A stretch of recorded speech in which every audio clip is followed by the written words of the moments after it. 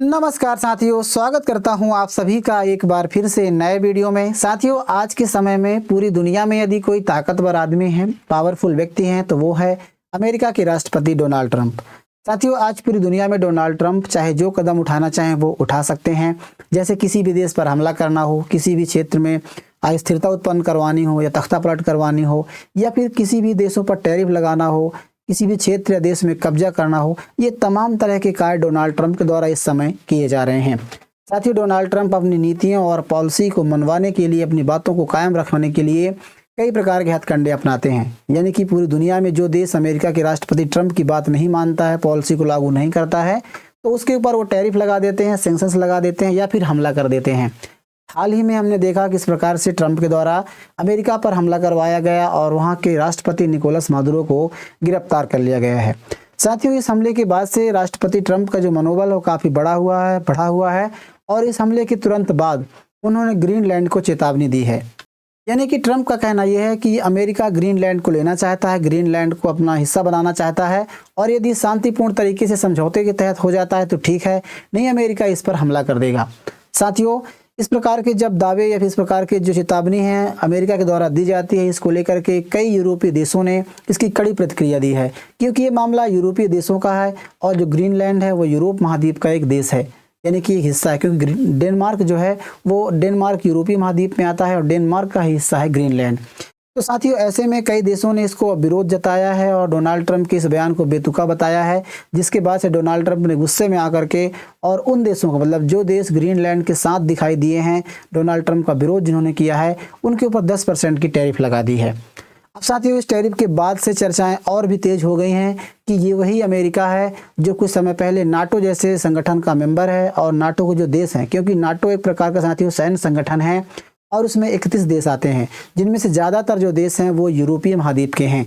यानी कि जो नाटो कंट्री हैं, इन नाटो मेंबर हैं, उनके देशों की सुरक्षा की जिम्मेदारी अमेरिका के पास है। अमेरिका ने इसकी जिम्मेदारी ली है। तो क्या अब आने वाले समय में अमेरिका खुद नाटो देशों पर हमला करेगा, यानी कि जिसकी जिम्मेदारी उन्होंने रक्षा की ली है, सुरक्षा की ली है, उन्हीं के ऊपर हमला करने वाला है? ऐसे में साथियों, यूरोपीय संगठन ने, यूरोपीय संघ के द्वारा एक आपातकालीन बैठक बुलाई गई है। अब इस बात को लेकर चर्चा तेज हो गई है कि क्या आने वाले समय में जो यूरोपीय देश हैं वो नाटो संगठन छोड़ देंगे या फिर और कोई बड़ा फैसला लेंगे। साथियों, देखने वाली बात होगी क्या इससे वैश्विक समीकरण, क्योंकि जो नाटो संगठन है साथियों एक तरह से चाइना और रसिया को काउंटर करने का काम करता था, तो क्या ऐसे में अब इनको खुली आज़ादी मिल जाएगी, वैश्विक समीकरण बदलेगा, या फिर भारत के लिए क्या फायदे या नुकसान होंगे? तमाम तरह की बातें आज हम इसमें करने वाले हैं। साथियों, इसको लेकर के कई प्रकार के आर्टिकल्स यहाँ पर प्रकाशित किए जा रहे हैं, आप देख सकते हैं। तमाम प्रकार के समाचार पत्रों में, अंतर्राष्ट्रीय समाचार पत्रों में कई प्रकार की हेडलाइंस यहाँ पर बन रही हैं। साथियों, विवाद कहाँ से उत्पन्न हो इसके बारे में बात करें, इससे पहले मैं आपको थोड़ा खबर के बारे में बता देता हूँ। दरअसल जैसा मैंने आपको बताया कि ग्रीनलैंड पर कब्जे को लेकर के डोनाल्ड ट्रंप ने जो चेतावनी जारी की है, उसके बाद से कई देशों ने उसके विरोध में आ गए हैं और डोनाल्ड ट्रंप ने उसके बाद उन जो ग्रीनलैंड के समर्थन में जो देश आए हुए हैं उनके ऊपर 10% की टैरिफ लगा दी है। साथियों, ये जो देश हैं ये ग्रीनलैंड पर अमेरिका के कब्जे की जो धमकी है उसके विरोध कर रहे थे, इसके बाद से इनके ऊपर लगाया गया है। ट्रंप ने शनिवार को सोशल मीडिया पोस्ट में कहा है कि Denmark, Norway, Sweden, France, Germany, United kingdom यानी यूके, नीदरलैंड और फिनलैंड टैरिफ के दायरे में आएंगे। मतलब इन देशों 8 देशों के ऊपर टैरिफ लगाया गया है और इन पर टैरिफ जो है 1 फरवरी से लागू होगा। 1 फरवरी से 10% की टैरिफ लगा दी जा रही है। साथ ही उन्होंने ये भी चेतावनी दी है कि यदि अगर ग्रीनलैंड को लेकर के अमेरिका के साथ और ग्रीनलैंड के बीच कोई समझौता नहीं होता है और अमेरिका ग्रीनलैंड को नहीं ले पाता है तो ये टैरिफ और बढ़ेगा और ये जून से बढ़ करके 25% तक कर दिया जाएगा। इस प्रकार की उन्होंने धमकी दी है। अब साथियों, इसको मैप में समझाने का प्रयास करूंगा कि वस्तुतः स्थिति इसकी कहां पर है और किस चीज़ को लेकर के ये इस प्रकार के दावे कर रहे हैं। तो मैप में हम देखने का प्रयास करें तो ये यूनाइटेड स्टेट है, यानी कि ये अमेरिका है, ये कनाडा है, आप देख सकते हैं, और ये यूनाइटेड स्टेट्स का ही अलास्का का हिस्सा, इधर ये रसिया का। ये मतलब साथियों उत्तरी छोर में है, उत्तरी ध्रुव की ओर है। और ग्रीनलैंड आप यहाँ पे देख सकते हैं काफ़ी बर्फीला एरिया है। यहाँ की जो आबादी है लगभग 60,000 के आसपास है, मतलब काफ़ी कम आबादी यहाँ पर रहती, काफ़ी ठंडा प्रदेश है। अब साथियों, डोनाल्ड ट्रंप का इसके पीछे लेने के पीछे कई सारे तर्क दिए जा रहे हैं। जिस प्रकार से अभी हमने देखा था कि उन्होंने निकोलस मादुरो को गिरफ्तार करने के लिए भी कई प्रकार के तर्क दिए थे कि आपके ड्रग की स्मगलिंग करते हैं और जो कई प्रकार के अवैध तरीके अपनाते हैं, तो इस प्रकार की धमकी मतलब बातें कही गई थी। लेकिन उनका जो असली मकसद था वो कुछ और था, जैसे कि तेल लेना था। ठीक इसी प्रकार से साथियों ग्रीनलैंड को लेकर भी डोनाल्ड ट्रंप ने कहा है कि यदि अमेरिका इस पर हमला नहीं करता या फिर अमेरिका कब्जे में यदि ये नहीं आते हैं तो रसिया और चाइना के द्वारा इन पर कब्जा कर लिया जाएगा और उनसे निपटना काफ़ी मुश्किल हो जाएगा। इस प्रकार के दावे किए जा रहे हैं। अभी हम बात करें इसकी स्थिति के बारे में तो आप देख सकते हैं ये पूरा उत्तरी जोन कहलाता है, उत्तरी मार्ग कहलाता है, उत्तरी ध्रुव कहलाता है और इसी पर ये ग्रीनलैंड है। इसकी दूरी के बाद में बात करें साथियों तो ये अमेरिका से लगभग 5043 किलोमीटर की दूरी पर है और डेनमार्क का एक हिस्सा है। डेनमार्क यूरोप महाद्वीप का एक हिस्सा है। डेनमार्क से दूरी जो है 2900 मतलब अलग है एक प्रकार का, जिसको लेकर के ये दावे किए जा रहे हैं। अब साथियों दावे में कितनी सच्चाई है आगे हम चर्चा करेंगे, लेकिन आपको बता दें कि ट्रंप ने पोस्ट में कहा है कि ग्रीनलैंड की पूर्ण और खरीद के लिए डील की बात कही है और साफ कहा है कि तय समय तक समझौता, उन्होंने एक निर्धारित समय निर्धारित किया है और तय समय तक समझौता नहीं होगा तो उनके ऊपर टैरिफ लगा दी जाएगी। ट्रंप ने कहा है कि हमने कई वर्षों, हालांकि उन्होंने एक पीछे इतिहासों का भी हवाला दिया है कि हमने कई वर्षों तक डेनमार्क, यूरोपीय यूनियन के सभी देशों और कुछ और देशों को सब्सिडी दी है और उन्होंने उनसे टैरिफ या किसी भी तरह कोई टैक्स नहीं लिया है। अब सदियों बाद समय आ गया है कि डेनमार्क बदले में कुछ लौटाए, क्योंकि अब विश्व शांति जो है दांव पर लगी हुई है। साथ ही एक तरफ डोनाल्ड ट्रंप पूरी दुनिया में युद्ध करते हैं, युद्ध करने की दावा करते हैं और एक तरफ शांति स्थापित करने की बात करते हैं, तो कहीं ना कहीं इनकी जो बयानों है हास्यास्पद रहे हैं। इसके अलावा ट्रंप के मुताबिक अमेरिका पिछले 150 सालों से ग्रीनलैंड खरीदने की कोशिश कर रहा है और कई राष्ट्रपतियों ने इसके प्रयास भी किए हैं, लेकिन डेनमार्क इसको हर बार मना कर देता रहा है। तो इस प्रकार डोनाल्ड ट्रंप के द्वारा कुछ बयान दिए गए हैं। अब साथियों जो इनका प्रमुख दावा है उस पर बात करते हैं। डोनाल्ड ट्रंप का कहना यह है कि यदि ये ग्रीनलैंड जो आप देख सकते हैं, ग्रीनलैंड जो हिस्सा है, यदि इसको अमेरिका के कब्जे में नहीं आता है, अमेरिका इस पर अपने कब्जा नहीं करता है, तो इस पर आने वाले समय में रसिया और चाइना ताक लगाकर बैठे हुए हैं, कभी भी ये कब्जा कर सकते हैं। साथियों आपको मैंने कई अखबारों में एनालिसिस किया है, देखा है, जिसमें कि कहीं भी इस प्रकार का कोई दावा नहीं किया गया है, यानी कि चीन ने भी और रसिया ने भी कभी भी इस प्रकार कोई दावा नहीं किया कि हम उस पर हमला करेंगे। क्योंकि आपको बता दें कि काफ़ी बात करें चाइना के परिप्रेक्ष्य में, तो चाइना के पास ऐसी कोई सुविधा ही नहीं है, ऐसे कोई हथियार ही नहीं है जिस प्रकार से वो आर्कटिक महासागर को पार करके और ये ग्रीनलैंड तक पहुंच सके। इतनी दूरी स्वाभाविक तौर पर चाइना इस प्रकार का करेगा नहीं। इसके अलावा बात करें जहाँ तक सवाल रसिया की है, तो साथियों रसिया खुद अलास्का का जो हिस्सा है, जो काफ़ी बर्फीला हिस्सा था, काफ़ी वाला कठिन मार्ग था या फिर यहाँ के कोई संभावनाएं नहीं थी, तो उसको रसिया ने खुद अलास्का को बेच दिया था। तो यदि उसको ऐसा करना होता तो वो अलास्का को क्यों बेचता। इसके अलावा ग्रीनलैंड पर कब्जा करने की उसकी कोई ऐसी कोई ऐतिहासिक घटनाक्रम नहीं रहा है कि कभी ने इस पर हमला करने की बात या फिर किसी भी यात्री के आने जाने की कोई जानकारी हो। तो इस प्रकार से इनका जो दावा है पूरी तरह से गलत है।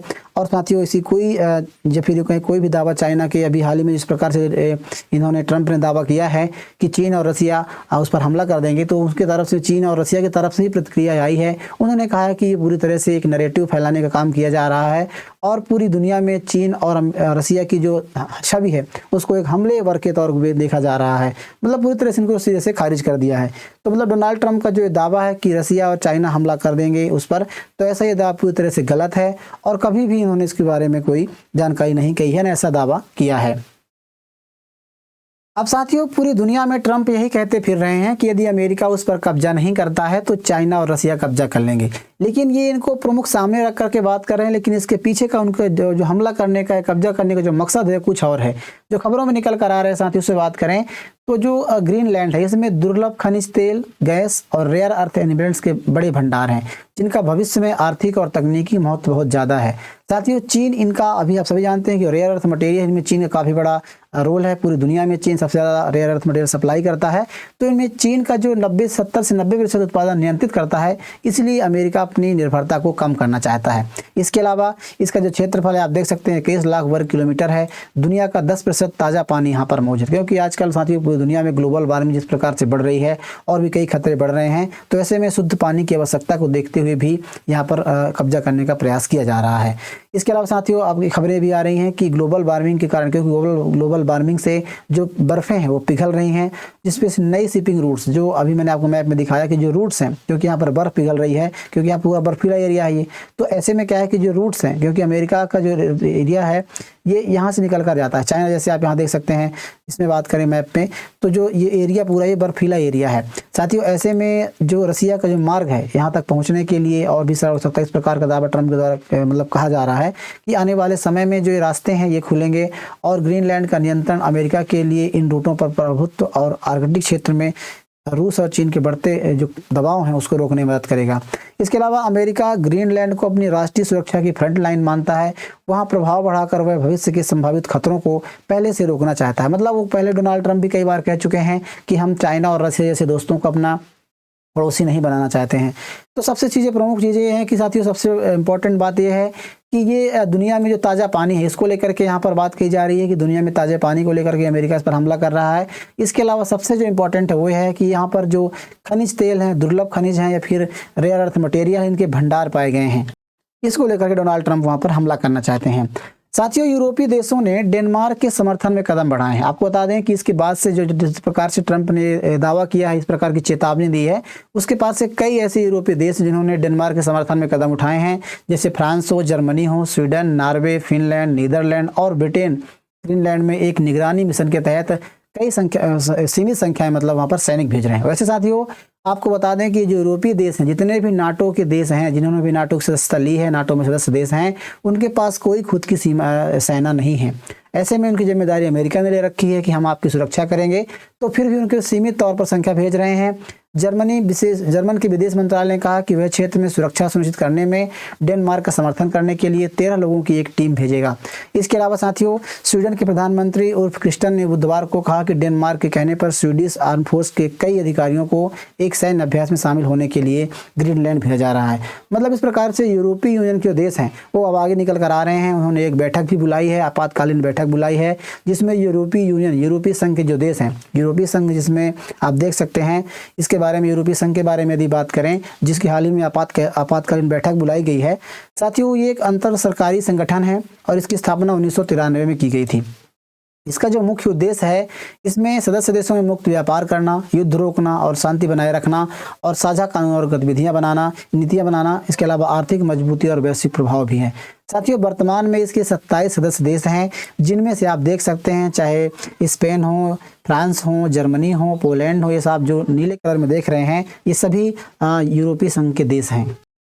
साथियों इन 27 देशों में से जो 23 देश हैं वो नाटो के मेंबर हैं, नाटो संगठन के मेंबर हैं। नाटो एक प्रकार का सैन्य संगठन है, जो उसमें क्या होता है कि जितने भी देश हैं, 31 देश हैं, उन सभी देशों में यदि कोई भी देश उन देशों के किसी भी एक देश पर हमला करता है, उनका कानून कहता है कि उन देश पर यदि हमला करता है तो सभी देशों पर हमला माना जाएगा और सभी देश एक तरफ से मतलब जुड़ करके, एक तरफ मिल करके उसके खिलाफ युद्ध करेंगे।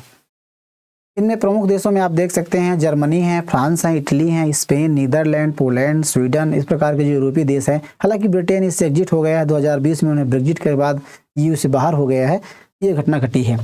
साथियों अभी हाल ही में यूरोपीय यूनियन ने सभी देशों के जो 27 देश हैं इनकी एक बैठक बुलाई है, जिसमें उन्होंने बात कही है कि डोनाल्ड ट्रंप जो धमकी दे रहे हैं इसके बारे में विचार किया जाएगा। उसके क्या परिणाम होंगे आगे निकल कर आएंगे, इसके बारे में हम बात करेंगे।